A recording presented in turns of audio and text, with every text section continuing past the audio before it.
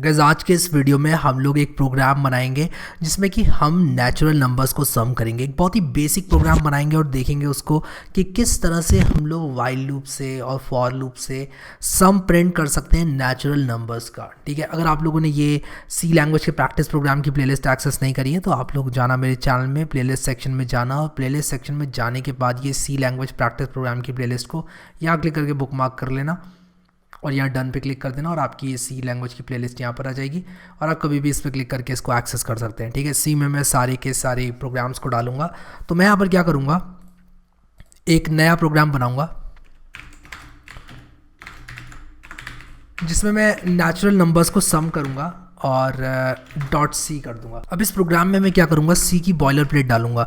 अगर आप लोगों को नहीं पता ये बॉयलर प्लेट मैंने कैसे डाली है तो आप लोग यहाँ क्लिक करो और उसके बाद यूज़र स्निपेट्स पे जाओ और आप यूज़र स्निपेट्स किसी भी प्रोग्रामिंग लैंग्वेज के यहाँ पर ऐड कर सकते हो। जैसे कि मैंने यहाँ पर सी लैंग्वेज के यूज़र स्निपेट्स को ऐड किया है, प्रिंट टू कंसोल करके एक यूज़र स्निपेट बनाया हुआ है और यहाँ पर मैंने प्रीफिक्स दिया है सी बॉयलर प्लेट कोड। ये बाय डिफ़ॉल्ट था, इसका नाम प्रिंट टू कंसोल होना ज़रूरी नहीं है। आप यहाँ पर इसको बना सकते हो और इसका डिस्क्रिप्शन लिख सकते हो और उसके बाद जैसे ही आप सी बॉयलर प्लेट कोड लिखोगे जो बॉडी के अंदर है वो आपका आ जाएगा। इसको लिखने का तरीका मैंने अपने VS कोड इन 1 वीडियो में बताया जो कि आपको मेरे चैनल पर मिल जाएगा। अभी मैं इन सब चीज़ों को छोड़ता हूँ, आप लोग इसको टाइप भी कर सकते हो। ठीक है, यहाँ पर मैं क्या करूँगा, सबसे पहले यूज़र से पूछूंगा कि आप कौन सा number, enter the number you want, enter the natural number, enter the last natural number you want the sum of. ठीक है, तो आप सम कर रहे हैं फर्स्ट n नेचुरल नंबर्स का और उसके बाद आप लोगों से पूछा जा रहा है कि आप वो आखिरी नंबर बताइए जहाँ तक आप 1 से चालू करके जाना चाहते हैं।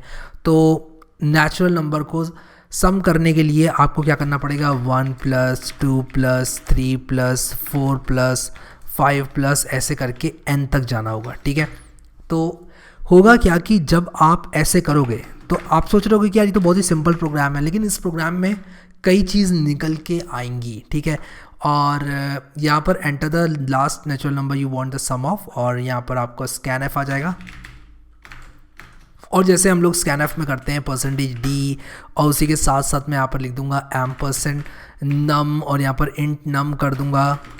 ठीक है, बहुत ही सिंपल सा जो सी प्रोग्राम है वो मैं बना रहा हूँ और मैं क्या करूँगा, यहाँ पर एक sum = 0 कर दूंगा, int num कर दूंगा और उसी के साथ साथ sum = 0 कर दूंगा और यहाँ पर मैं लिखूँगा for और यहाँ पर मैं लिखूँगा int I = 0, I is less than num और I++ और यहाँ पर मैं लिख दूँगा sum =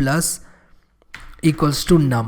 अब मैं यहाँ पर चाहता हूँ ये जो लूप है वो चले 1 से लेके मैं यहाँ पर इक्वल टू कर दूँगा num तक। तो देखो ये पहले 0 to num-1 तक जा रहा था बाय डिफ़ॉल्ट, मैंने इसको 1 से num तक चला दिया। तो जब मैं यहाँ पर इक्वल टू लगा दूंगा तो ये 1 से लेके num तक चलेगा। जैसे कि num 5 है तो ये 1 2 3 4 5 होगा और मैं एक एक करके इसका सम करता जा रहा हूँ और करता ही चला जा रहा हूँ। ठीक है, तो यहाँ पर sum of first n natural number मैंने निकाल दिया। ठीक है, सो आपने यहाँ पर देखा कि इसका नेचुरल नंबर का सम यहाँ पर ये निकल जाएगा और मैं यहाँ पर लिख दूंगा printf और मैं लिखूँगा सम ऑफ फर्स्ट और उसके बाद मैं लिख दूंगा %d नेचुरल नंबर्स इज़ और मैं यहाँ पर लिख दूंगा %d। ठीक है, और फर्स्ट यहाँ पर मैं नम लिखूँगा और यहाँ पर सम लिखूँगा। ठीक है, तो अगर मैं यहाँ पर सिर्फ 1 इनपुट करूँ, ठीक है, मैं यहाँ पर \n भी लगा देता हूँ। अगर मैं कीबोर्ड से सिर्फ 1 इनपुट करूँगा तो मुझे सम, एक नेचुरल नंबर का सम 1 मिलेगा।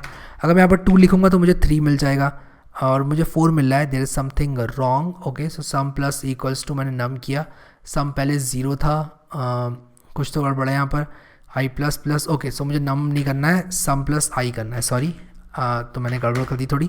तो मैं 1 के लिए अगर इसको रन करूँगा तो 1 होगा, 2 के लिए करूँगा तो 3 होगा और उसके बाद मैं अगर इसको 3 के लिए करूँगा तो 6 होगा, क्योंकि 1 + 2 + 3 6 होता है। ठीक है, तो यहाँ पर देखो 6 आ गया। तो बेसिकली मैं क्या कर रहा हूँ, सब में पहले 1 जोड़ रहा हूँ, फिर 2 जोड़ रहा हूँ, जो आई मेरा चल रहा है उसको जोड़ता चला जा रहा हूँ और मेरा यहाँ पर ये लूप कब तक चलेगा, ये लूप चलेगा मेरा नम तक। ठीक है, तो अगर मैं नम को n मान लूँ, क्योंकि ऊपर भी मैंने n लिखा हुआ है तो मैं इसको n ही कर देता हूँ और यहाँ पर भी n कर देता हूँ और इसको मैं रन करूँ तो इसको भी n करना पड़ेगा। मैं इसको रन करूं अगर, तो आप लोग देखो ये कह रहा है कहाँ तक चाहिए, मैंने बोला 4 तक चाहिए, 3 तक बोलूँगा तो 6 आना चाहिए, और ये प्रोग्राम बिल्कुल सही चल रहा है। ठीक है, सो अगर हम लोग इस प्रोग्राम की बात करें तो इसमें क्या होगा, इस प्रोग्राम में ये प्रोग्राम चल रहा है यहाँ पर 1 से लेके n तक। ठीक है, तो अगर मैं बात करूं कि ये लूप कितनी बार चलेगा, तो ये n बार चलेगा। तो अगर मैंने इसको एक बहुत बड़ा नंबर सप्लाई कर दिया तो ये n बार तक ही चलेगा। ठीक है, तो क्या इस तरह का एल्गोरिदम अच्छा है जो कि सम कैलकुलेट करता है नेचुरल नंबर्स का? ऑब्वियसली नॉट, क्योंकि हमारे पास एक बेटर तरीका उपलब्ध है यहाँ पर सम करने का। हम लोग अगर नेचुरल नंबर्स का सम करना चाहते हैं, तो अगर मान लो मैंने इसको एक बहुत बड़ा इनपुट पकड़ा है, जैसे कि मान लो मैं इसको पकड़ाना चाहता हूँ 7777, तो मैं एंटर मारूंगा तो इसने कर तो दिया सम, बट अगैन इसने जब सम किया होगा तो एक एक करके सारे एलिमेंट्स को इसने जोड़ा होगा। अब उसी के साथ साथ अगर मैं इसको थोड़ा और बड़ा नंबर पकड़ाने की कोशिश करूँ, तो यहाँ पर मैंने एक बहुत बड़ा इंटीजर दे दिया, इसलिए यहाँ पर ऐसे प्रॉब्लम आ रही है। तो मैं एक बड़ा इंटीजर अगर इसको दूंगा तो ये सम तो कर देगा, बट द प्रॉब्लम इज़ कि ये एक एक करके सारी वैल्यू को इसमें जोड़ता चला जा रहा है, और ये n बार चल रहा है। यानी कि जब n टेंड्स टू इन्फिनिटी होगा, मेरी बात ध्यान से सुनना आप लोग अभी, जब n टेंड्स टू इन्फिनिटी होगा तब ये एल्गोरिदम बहुत स्लो हो जाएगा, क्योंकि हर एलिमेंट को ये सम कर रहा है। तो नंबर ऑफ सम ऑपरेशंस, जो यहाँ पर ऑपरेशंस हो रहे हैं सम के, वो उतने बड़े हैं जितना बड़ा नंबर है। क्या मैं कुछ ऐसा नहीं कर सकता जिससे कि मैं इस चीज़ को सिंप्लीफाई कर दूं? तो मैं आप लोगों को यहाँ पर इस चीज़ का एक सिंप्लीफाइड वे दिखाता हूँ, इसी प्रॉब्लम को सॉल्व करने का एक सिंप्लीफाइड तरीका बताता हूँ। तो मैं यहाँ पर क्या करूँगा कि यहाँ पर आप लोगों को ड्रॉ करके दिखाऊँगा, और मैं सिंपली यहाँ पर क्या कर रहा हूँ कि लिख रहा हूँ कि s इज़ इक्वल टू, मान लो s हमारा ये है, सम ऑफ द सीरीज़ है 1 + 2 + 3 अप टिल n। हम यही तो फाइंड कर रहे हैं, हम यही फाइंड करना चाह रहे हैं, हम 1 to n का सम फाइंड करना चाह रहे हैं बेसिकली। ठीक है, तो मैं s को कुछ इस तरह से भी लिख सकता हूँ, n-1।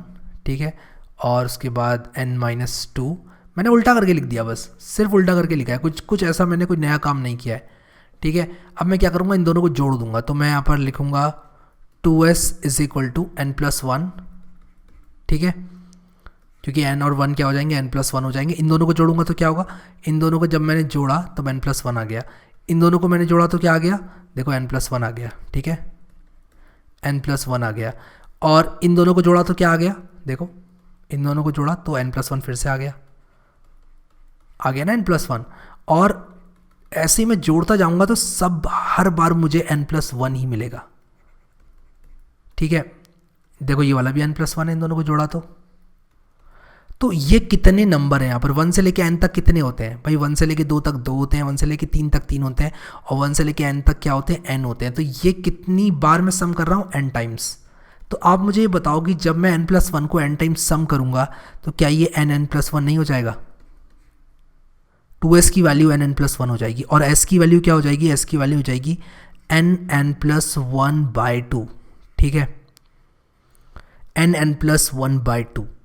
तो यहाँ पर मेरे पास एक बहुत सिंपल सा फॉर्मूला आ गया, और वो सिंपल सा फॉर्मूला अगर मैं सी लैंग्वेज में लिखना चाहूँ तो मैं लिख दूंगा इसको n*n + n, और इसको ब्रैकेट में लेकर मैं लिख दूंगा यहाँ पर /2। ठीक है, n*n + n /2। ठीक है, तो ये सम हो गया। ठीक है, तो n+1/2 ये हो गया।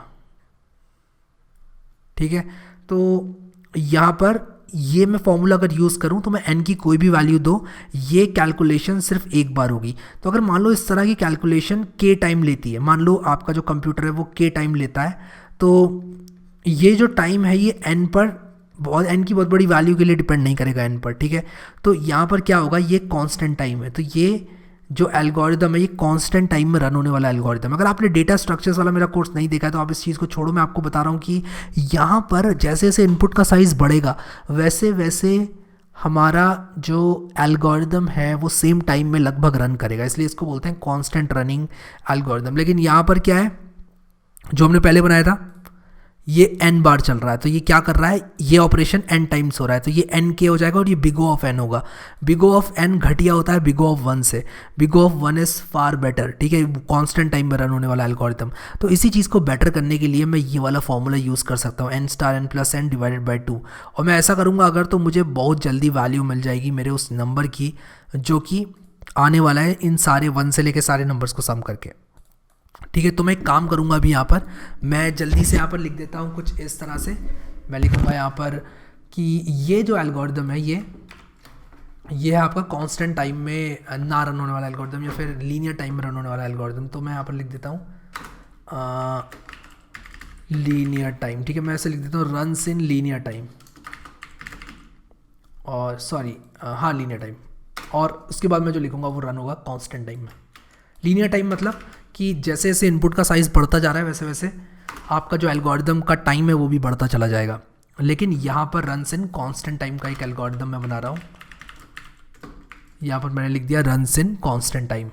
अब मैं यहाँ पर क्या करूँगा, लिखूँगा सम इज इक्वल टू, लिखूँगा n star n plus n और उसके बाद डिवाइडेड बाई 2 सेमीकोलन, और ये ब्रैकेट यहाँ बंद कर देता हूँ। और मैं अगर यहाँ पर इस तरह से लिखूँगा तो ये एक फॉर्मूले में मैंने लिख दिया इसको, और ये बहुत फास्ट रन करेगा क्योंकि ये सिर्फ एक लाइन है। यहाँ पर मैं एक बहुत ही सिमिलर लाइन को n बार रन कर रहा था, तो ये इतना एफिशिएंट एल्गोरिदम नहीं है जितना एफिशिएंट ये है। तो ये कांस्टेंट टाइम में रन करेगा क्योंकि ये ऑपरेशन सिर्फ एक बार हो रहा है, ठीक है। सो मैं इसको अगर रन करूँ तो मैं अगर यहाँ पर 3 डालूँ तो यहाँ पर देखो सम आ रहा है 6। अगर मैं 1 डालूँ तो यहाँ पर आ रहा है sum of first 1 natural number is 1। 2 डालूंगा तो 3 आएगा, ठीक है। सो हमने यहाँ पर देखा इस प्रॉब्लम में कि किस तरह से हम एक बहुत ही सिंपल एल्गोरिदम को इम्प्रूव कर सकते हैं। हमने यहाँ पर देखा कि 1 से लेकर n तक हम लोग नेचुरल नंबर्स को सम कर सकते हैं लीनियर टाइम में, और उसी के साथ हमने देखा कि फिर उस लीनियर टाइम को कांस्टेंट टाइम में किस तरह से कन्वर्ट किया जाए, ठीक है। सो लीनियर टाइम में रन होने वाले एल्गोरिदम को हमने यहाँ पर एक बहुत ही सिंपल मैथमेटिक्स का इस्तेमाल करके हमने एक ही सीरीज़ को एक दूसरे तरह से लिखा। हमने कहा इस सीरीज़ को हम ऐसे भी लिख सकते हैं, और उसके बाद हमने इन दोनों को जोड़ दिया तो ये हो गया 2s। और हमने यहाँ पर देखा कि एक बहुत अच्छा पैटर्न बन रहा है n+1 n+1 n+1, और यहाँ पर n+1 n टाइम्स यहाँ पर आ रहा है, और 2s is equal to n+1 हो गया, s is equal to n+1 by 2 हो गया, और यहाँ पर n into n plus n और यहाँ पर डिवाइडेड बाई 2। और ये एक कांस्टेंट मैंने k इसलिए बोला क्योंकि एक गिवन n के लिए लगभग सेम टाइम ही लेगा। आपका जो कंप्यूटर होता है वो मल्टीप्लिकेशन ऑपरेशन, एडिशन ऑपरेशन और डिवीजन ऑपरेशन को करने में जो भी टाइम लेगा, ये पूरा एक्सप्रेशन उस पर डिपेंड करेगा, और वो टाइम जो होगा लगभग बड़े इनपुट के लिए और छोटे इनपुट के लिए ऑलमोस्ट सेम ही होगा, ठीक है। तो उसको मैंने k मान लिया। ये एक एजम्पशन है जो कि मैंने यहाँ पर लिए कि ये जो कैलकुलेशन है वो कांस्टेंट होगी जब हम किसी कंप्यूटर में करेंगे, और मैंने कह दिया कि भाई ये कांस्टेंट टाइम में रन होने वाला एल्गोरिदम है, ठीक है। सो ये आपसे इंटरव्यू में कई बार पूछा जाएगा। अगर आप डेटा स्ट्रक्चर या एल्गोरिदम नहीं जानते ज़्यादा, तो कम से कम इस तरह की छोटी मोटी बातें आपको पता होनी चाहिए कि कभी भी एक मैथमेटिकल फॉर्मूले से आप कोई चीज़ कैलकुलेट करें या फॉर लूप के अंदर आप इटरेट कर करके करें, तो यहाँ पर आपकी जो मशीन है वो बहुत वर्क करेगी यहाँ पर, अगर वो फॉर लूप के अंदर चलेगी तो। लेकिन हमने इस फॉर्मूले को जो हम यहाँ फॉर लूप से कर रहे थे उसको हमने इसमें डिड्यूस कर दिया, और उसकी वजह से हमारा ये एल्गोरिदम बहुत फास्ट रन हो रहा है। सो गाइस, अगर आप लोगों ने इस तरह की और चीज़ें सीखनी है मुझसे, तो आप मेरा डेटा स्ट्रक्चर कोर्स ज्वाइन कर सकते हो। और मेरा डेटा स्ट्रक्चर कोर्स यहाँ पर है, आप लोग प्लेलिस्ट सेक्शन में जाना और यहाँ पर डेटा स्ट्रक्चर्स एंड एल्गोरिदम्स का जो कोर्स है उसको एक्सेस कर लेना। बहुत सारे वीडियोस अभी ऐड करना मुझे बाकी हैं, मे बी जब आप देखोगे इस प्लेलिस्ट को तो उसमें बहुत सारे वीडियोस ऐड हो चुके होंगे। सो आप लोग जो है अकॉर्डिंगली इस प्लेलिस्ट को एक्सेस करना और इसमें प्रॉब्लम्स जो मैंने दिए हैं वो सॉल्व करना। उसी के साथ साथ ये जो प्लेलिस्ट है मेरी, इसमें मैं ये वाला प्रोग्राम भी ऐड करूँगा। इसमें भी बहुत सारे प्रोग्राम्स अभी फ्यूचर में ऐड होने वाले हैं। मेरा ऐड करने का प्लान है multiplication table of a given number, मैंने पिछले प्रोग्राम में आपको बताया था। तो इस तरह के प्रोग्राम्स अगर आप वीकेंड में भी एक बनाओगे या फिर वीक में 2-3 बार बनाओगे तो आपकी एक ग्रिप बनी रहती है प्रोग्रामिंग में। सो यहाँ पर बस मैं आप लोगों को ये बोलना चाहूँगा कि प्रैक्टिस आप लोग करते रहो प्रोग्रामिंग में। मे बी अगर आप लोग किसी और काम में हो और आप एक प्रोग्रामर हो तो आपको टाइम टू टाइम टच में रहना चाहिए, प्रोग्रामिंग के करते रहना चाहिए प्रैक्टिस प्रॉब्लम्स। आप इस प्लेलिस्ट का पूरा फ़ायदा उठाओ। अगर आप लोग प्रैक्टिस करना चाहते हो तो।